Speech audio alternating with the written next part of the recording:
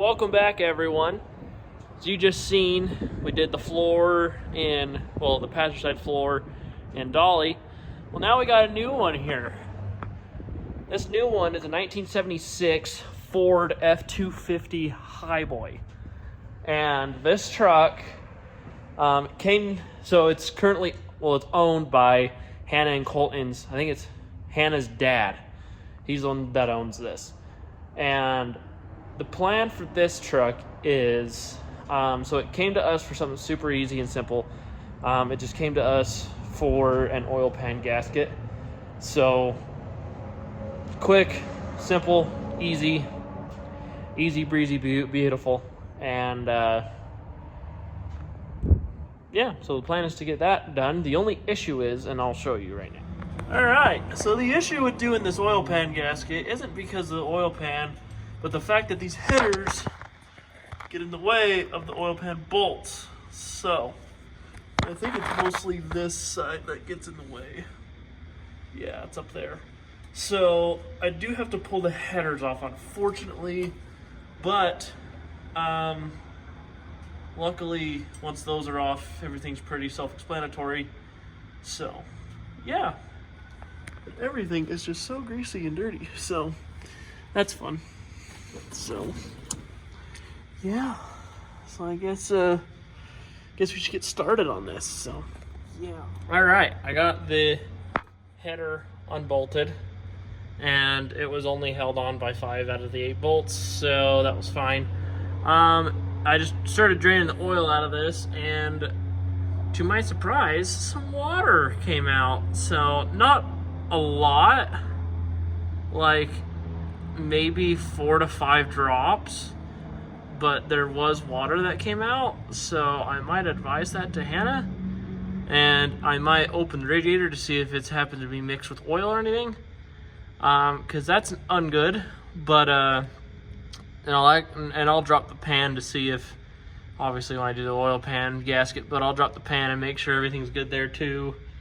So yeah, just watching an oil drain right now, so that way we can start unbolting everything and getting it out. So, yeah. Alright, so we have all the oil pan bolts out, but the thing is the previous owner put so much damn silicone on this oil pan that it will not come off.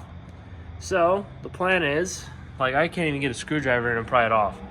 So, the plan is tomorrow, the plan is to come back with a scraper and get it in there and see how much we can get it off, and then go from there. Because the goal is to get that off so that we can reseal it and put the new gasket on. So that's the plan. Hopefully, maybe. So just so you know, that was his Instagram. So yeah. But this thing's got some pretty interesting stuff on it. The wiring is a mess. An absolute mess, but that's okay. So, it's a fun time. See you tomorrow. All right, we are 2 days later, actually. Yesterday was a nightmare to say the least, but now I was able to come over here, grab my scraper from work, and get this oil pan off. And let's just say I have seen better. Rust. So, and rust should not be inside of a motor. So, especially one that's been built. So, and I don't know if you can see, but there's like marbling right there. That is water. So my speculation was correct when I seen that water came out of the drain plug, that there is water in this motor. And that is not good. And that can get in one of 2 ways. And the reason why way number 1 sounds about like it should be the right one is because of where the motor was leaking at. Option number 1, it came through the gasket, because the front end of this motor was toasted. the gasket, I mean, they put so much silicone right here. You could tell that there was a leaking issue before we even got this, and they tried to patch it with silicone. And as you can see, it didn't work. Because it doesn't work a lot all the time, but you know, obviously in this instance that was true and it didn't work. And then option number 2, which option I do not want, is the head gaskets are blown on this truck. And that wouldn't be good because this is a brand new motor, and that would not be good, especially because they just bought this truck. So, because it's not a bad truck, honestly. I mean, it needs a lot of work. Don't get me wrong. Like, that's just, oh, that's great. That was just hanging out there. But, it's not a bad truck. It's got pretty nice interior. It's really not bad. So it just needs some love in all the right places. So, oh, it even had that trim that I wanted. That bastard. But that being said, this truck does need some love, and I'm really hoping it's not a head gasket issue. I popped the cap off the radiator and I looked in it and there was nothing in it. Surprise, surprise. And so that needs to be topped off. Let's see if I can even look in there. Nope. Yeah, there is. Oh, there you go. You can kind of see the core a little bit. There is no fluid in there, so that needs to be topped off. But let me think. So yeah, so now we just need to put the gasket on this one and get it gone. So get this truck out of here because we have something else coming this weekend. So that Hannah and Colton also own. Go figure. So yeah.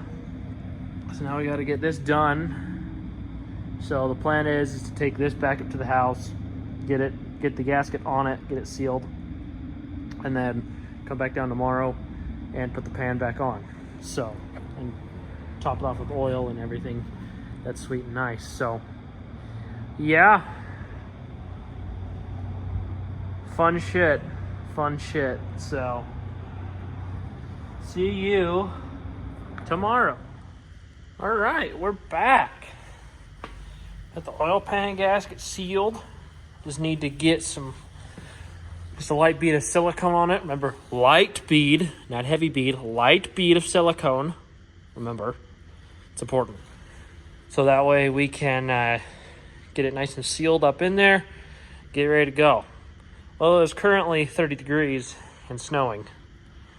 So that's fun. It's cold as hell. And so it's a good time.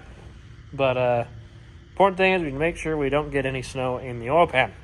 So that is important, especially when we are right here. So, because we love getting, weird weather patterns thrown at us in Utah, because literally a week ago it was 65 degrees here and sunny. So welcome to Utah, am I right? So the plan is now to, like I said, get that sealed, put back up in the truck. So yes, and then get the oil changed and ready. So that's the plan. So I'm gonna try to get this wrangled up in underneath, and I'll see you once that's in there. All right, oil pan is on. I also got the header back on, dipstick back in. We got ready to rock.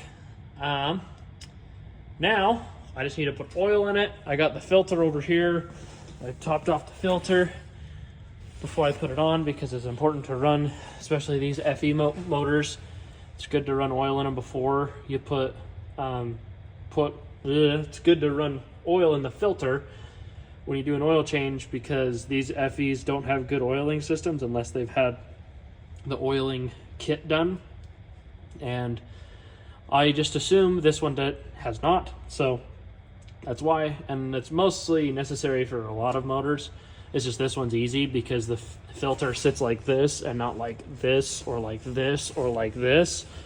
So it's easy to do on this one, so might as well do it while I'm here. And it definitely needed an oil change too, so that's why we're also doing that while we're here. And I also topped off the radiator fluid or the coolant because it needed to be done. So, yeah. And it took a whole gallon, so it definitely needed coolant. Now once I get oil in it, I'm going to fire this thing up and let it sit here and warm up. And then maybe pull it out for some pictures because the snow looks pretty right now. So we'll see. And hopefully this doesn't start leaking. So I doubt it, but we shall see. And also I just realized this don't have a choke. So, because there's the wire that's supposed to run that choke. So this thing's going to be one pissed off bitch. So, yay. This will be fun. Actually, I think... Oh, they put a manual choke on it, those bastards.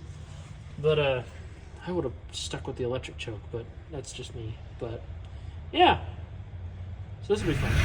Alright, so we actually got Lita started, drove it around, and it's doing good. No leaking, that's good.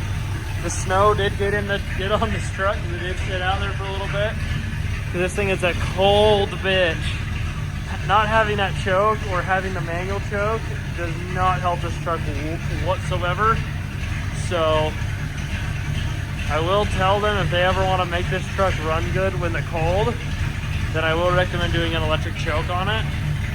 So yeah, but good thing is you can see right here, I got the transmission topped off, so I'm hoping we have reverse. So that's the goal, is to have reverse. So yeah. So this truck's a pretty fun truck. I do like it. So just got to make sure this thing gets what it needs so that we can go home on Saturday. So yeah. So it is currently 4:42 in the morning here in Brigham.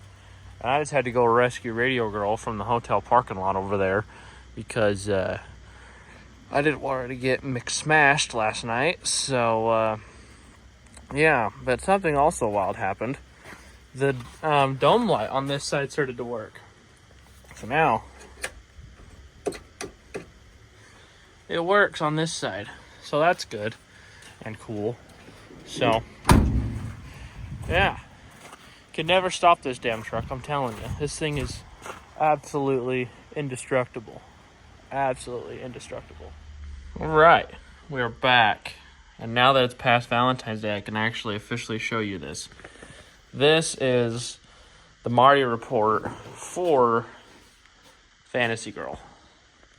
Actually, 79 Ford Bronco. And this is extremely special because it shows everything when it comes to the build date, how it was optioned, everything. Let's just say this was kind of surprising because originally we thought, well, I guess I'll just... So it was the order was first received January 6th of 78. It was serialized September 21st of 78, and then just go down the list, and then it was finally built. It was built the 19th and released the 19th of October of 78, and then it was sold December of 78. So, that being said, this is an early 79 model, and that is important here in a second because it was ordered through Ray Krenick Ford in Hartford, Michigan, and it was ordered with, the 400 cubic inch engine, which is crazy because we originally thought this only had a 351 in it because it's what we were told. Well, turns out it's the 451. Well, it's the 400, which is awesome. And then also we thought that this Bronco was originally brown and cream. So, because the whole inside was brown and this is brown. So we originally thought it was brown and cream, but it turns out it was originally the coral paint and the light sand. So this is it's not the original paint, but it's the original color, because Ashley's dad painted it in he painted it in 1986, we believe. So that's cool. And then also came with the sand interior, with the sand matching top that's currently hanging from my ceiling in my garage. And the coolest thing is so with the paint codes, so with the coral and sand paint codes, there were only 403 built, okay? That means only 403 79 Broncos were built in coral and sand paint. So, but even cooler is only 80 of those coral and sand paint Broncos came with the Ranger XLT trim. And that means you got the super nice racetrack trim going down the side, you got the really nice badging, you got all the nice tailgate badging, you got everything. This, nowadays, is what the Platinum and Limited is to the Ford trucks. It's the top of the line. I call it the top bit shit. So, yeah. And so that's what makes it really cool and an extremely rare Bronco. So, yeah. So that just made this thing way better. And when we take this to Autorama, this will be displayed with the Bronco. So I'm just going to put that in there like so. So that way we can display this at the show with the Bronco. So, yeah. That's the plan there. And then I also gave her, for Valentine's, a brand new storyboard of the whole story of the Bronco. So we can get rid of the paper one that one was. So, yeah. It's a whole new storyboard. I made it out of cultured marble. It's really pretty. So, you'll get to see that at the show too. So, yeah. So yeah. That'll be the end of this video. So thank you guys for watching this video. We worked on Lita. You know, you got to see Radio Girl in the snow, and then you got to see the Market Report on this.